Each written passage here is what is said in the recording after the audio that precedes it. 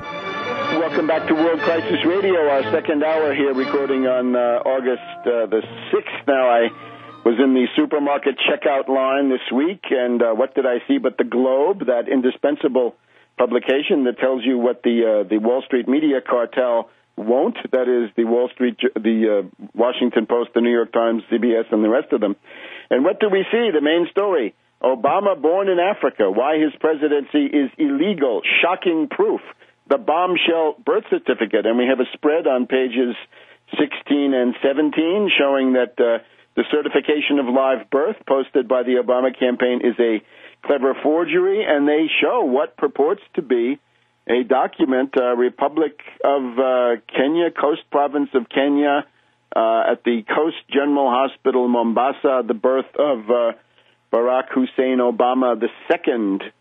So we don't know. I don't know the reliability of this, but let's get an opinion from Phil Berg, who started this entire issue going about 2 years ago here at the Supreme Court. Welcome, Phil. My pleasure. How are you? Not too bad. I'm not sure. We're checking the verification of that, but the good part about that is that it's back in the news. The Globe keeps printing. That's 2 weeks in a row for the Globe front page, and I know the leadership in Kenya has stated that he was born there. They're so proud of it. There's no question he was born there.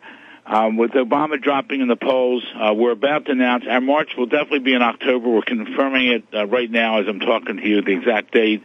We're trying to get it closer to the election because we want this to be the largest march in Washington, D.C. history. It's going to be on the birth certificate, on the eligibility being the adoption issue in Indonesia, if people are still bothered by the birth certificate, and on Obamacare, the health care bill, which I think one state just voted they didn't want to use it. I think, was it Missouri? Missouri. Proposition C in Missouri. They don't want to be forced to buy insurance from a private for-profit rip-off operation, which is what Obama wants you to do.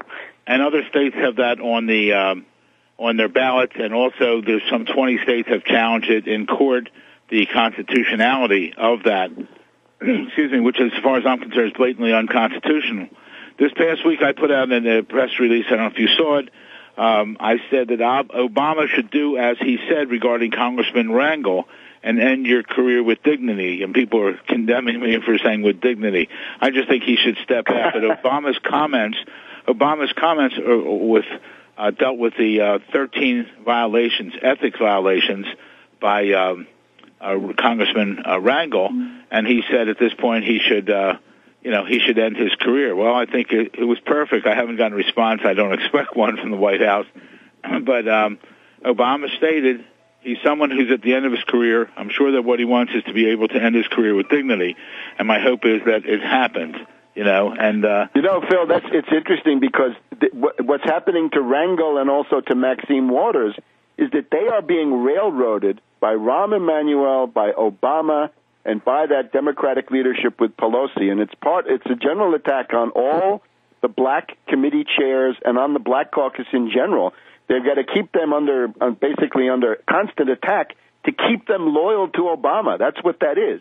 And if you saw this week, you have the NAACP and a bunch of other distinguished civil rights organizations complaining about Obama's union-busting policies vis-a-vis the teachers' unions, which they said this privatization and charter schools doesn't work. So he's getting attacked from the left. And I would also urge you to think, in terms of who might come to this march, think about the anti-war people. Don't just look at the right-wingers, because they're important, but they're not the whole story. If Obama's going to actually be defeated politically, if he goes after Iran, if he launches this attack on Iran, then that march could become the only available vehicle, and a good one, to come out and protest Obama on the anti-war ticket. Oh, an excellent point. And we're trying to attract everyone across the board because no matter what the issue is, it all goes back to the fact that he's a usurper. He's an imposter. He doesn't belong in office, and therefore everything he's done is void or voidable. And that is so crucial to everyone out there. And we plan to have people We plan to have people at the Glenn Beck rally with giving out flyers about about our event, because the overriding issue here is Obama is a phony. It's the biggest hoax against the United States of America in over 230 years. And this is important because no matter what your issue is with Obama, it all goes back to the fact that if he doesn't belong there, which he doesn't, and more people are coming out with facts about that, then everything he's done is voidable. And yes, we'll be in a constitutional crisis, but I'd rather be in a constitutional crisis than be sitting with a lot of these things Obama has done to this country, which is disaster. So the biggest thing is our case is still pending in the D.C. Court of Appeals, and that is we've asked for a court en banc to rule on the qui tem or False Claims Act case that I have pending, and that's stating that Obama is not only natural born, not naturalized, he's an illegal alien, and therefore he could not serve as a United States Senator from Illinois. The salary and benefits he received, about $1 million, should be returned to the Treasury. And I think that's why he went so fast against the Arizona law, because if he had stepped into Arizona and they questioned him, he could have been arrested. Because I really believe he's an illegal alien. And that is so important for us to determine. I hope the court has some guts. I hope there's some people on the D.C. Court of Appeals that have some guts enough to hear this case, and I'd love it to be heard and the media give it some attention because it deserves attention. But everything can be found on my website, which is obamacrimes.com.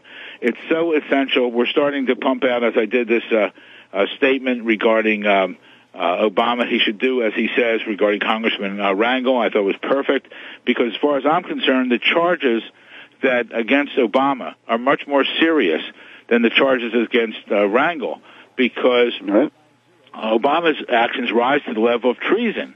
As Obama's an imposter, he's a phony, he's committed fraud, and again, it's the largest hoax in the history. Every time he signs his name as Barack Hussein Obama, as far as I'm concerned, it's a fraud because his name, his legal adopted name, is Barry Soetoro. And people in college, when he went to Occidental, called him Barry.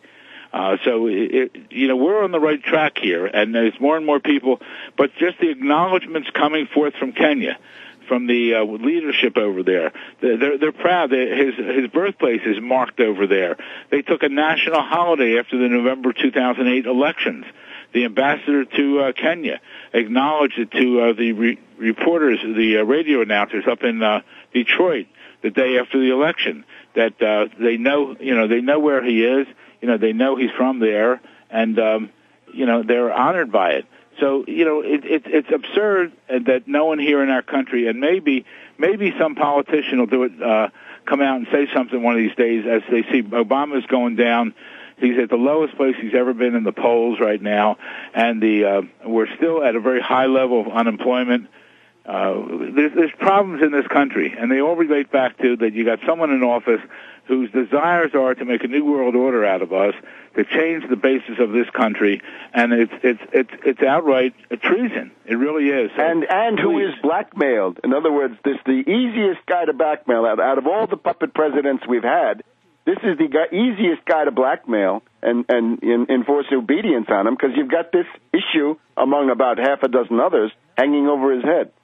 And I think you're right. And I think I said that over a year ago, and I think he is being blackmailed, which is why he's doing certain things. And your thing about the anti-war, even if he doesn't bomb Iran right now, just the whole thing in Afghanistan. I mean, it's outrageous what's going on. Even with Iraq, we're supposed to stop fighting there, but we're still got 50,000 troops there. It just doesn't make sense. We should not be in Iraq. We should not be in Afghanistan. Obama promised to get us out. We're not getting out. And he's just trouble. Obama's really middle name should be Trouble Imposter. Obama, how about Obama Trouble Imposter Barack, Or it's going to be Obamba soon. Well, we're on tenterhook. We can't wait to get that date. Please give us the date next week. We're begging you.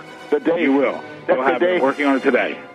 Bye-bye. My pleasure. Go to obamacrimes.com. Thank you.